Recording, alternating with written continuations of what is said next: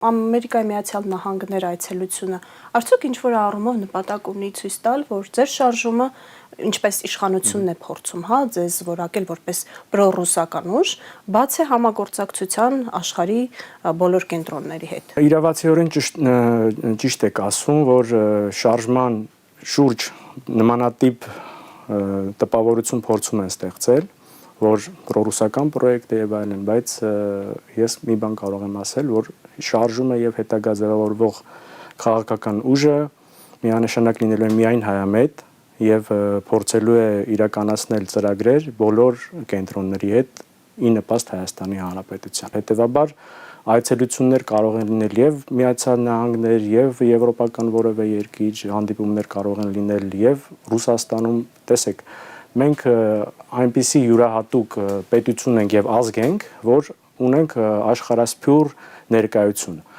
Այսինքն որևէ երկիր այցելությունը կապել կոնկրետ այդ երկրի հետ միայն քաղաքական նպատակներ հետապնդելու մասով կարծում եմ ճիշտ չի, որովհետեւ բացի այդ ամեն ինչից մենք նաեւ ունենք Սփյուռքում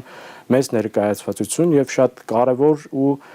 մեծ արժեք ենք համարում մեր Սփյուռքի հայրենակիցների հետ մեր համագործակցությունը եւ կապը։ Այսօր տեսանելի չեն որևէ համագործակցության եզրեր Հայաստանի եւ Սփյուռքի միջեւ։ Միգուցե երբեմն լինում են ինչ-որ մասնակի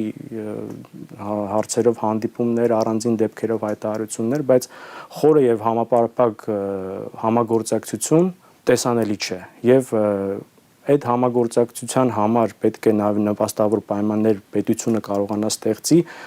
իր ամենահզոր կառույցի միջոցով, հայ առաքելական եկեղեցու միջոցով նույնպես, որովհետև ներկայությունը մեր